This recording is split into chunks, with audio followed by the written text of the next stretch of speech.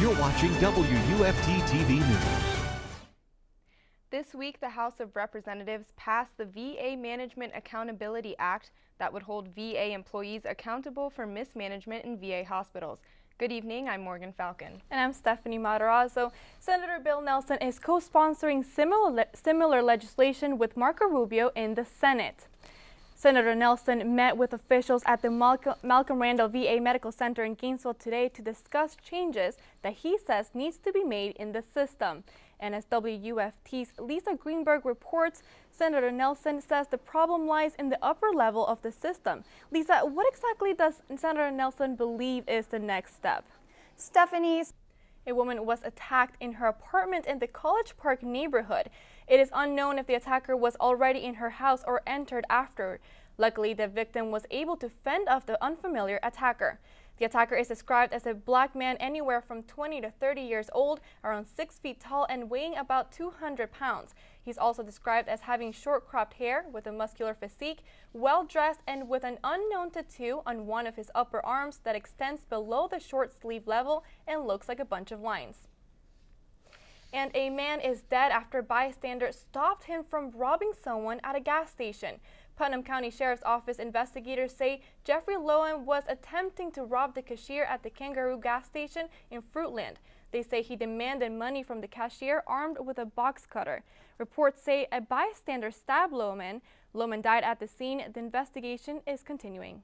Well, the heat is on with a surge in temperatures just in time to kick off the start of Memorial Day weekend. It's been warm enough this week. Right now, let's turn to University. Thanks, Tony. The long weekend for Memorial Day means a lot of people are going to be hitting the road. AAA is forecasting the busiest Memorial Day weekend since the recession. They're predicting more than 36 million Americans will travel for the holiday. 8 out of 10 will drive. In Florida, 1.6 million are expected to use the roadways. That means travelers should plan ahead for congestion on major roads, such as I-4 in Orlando. Travelers to South Florida should also expect heavy traffic on roadways like the Dolphin Expressway. AAA says they're expecting this increase because of an improvement in the economy. A lot of travelers are likely heading out to nearby beaches like Jacksonville Beach. If you're heading that way, you can also expect traffic delays. Security at beaches will be high because of problems in years past. We'll have more on that later in the newscast. But before you fire up your grill for the holiday weekend, take a look at where your beef came from. A recall on beef affecting several states up north has now spread south to include Florida. Detroit-based Wolverine Packing issued the recall Monday. It includes almost 2 million pounds of ground beef products. The meat could be contaminated with E. coli. The USDA's Department of Food Safety says there are 11 reports of illness. The USDA's website has a full list of affected products and stories. Well, some people are concerned the new 9/11 museum is being inappropriately used. Coming up, we'll tell you why families of the victims are so angry. You're watching WUFT TV News. Donald Sterling and his estranged wife may now be willing to give up the Los Angeles Clippers. NBC Sports and others are reporting that embattled owner Donald Sterling has transferred his control of the team to his wife Shelley, and she has agreed to oversee the sale of the team. Donald Sterling was banned for life by the NBA on April 29th and is being forced to sell the team. Sterling's racist comments, leaked private recordings, plus some media interviews led the league to take action. The situation in Thailand's capital appeared relatively calm after yesterday's military takeover, but the U.S. Embassy has a warning for Americans. NBC's Ian Williams reports from Bangkok.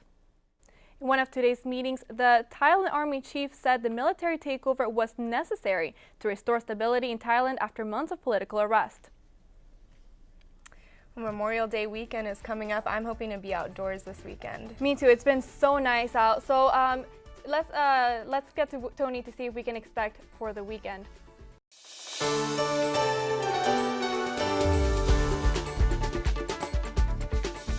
Thanks, Tony. Well, in sports, Gator softball continues its run towards the Women's College World Series. Yep, after winning their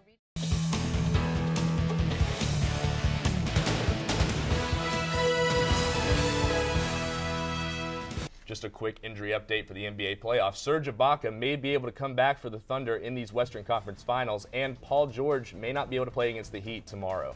Well, we'll see what happens. More news after the break. Stay with us. Thanks, Tony, and thank you at home for watching WUFT News at 6, a production from UF's Innovation News Center. Have a great Memorial Day weekend, and don't forget WUFT is always on at WUFT.org. Good night.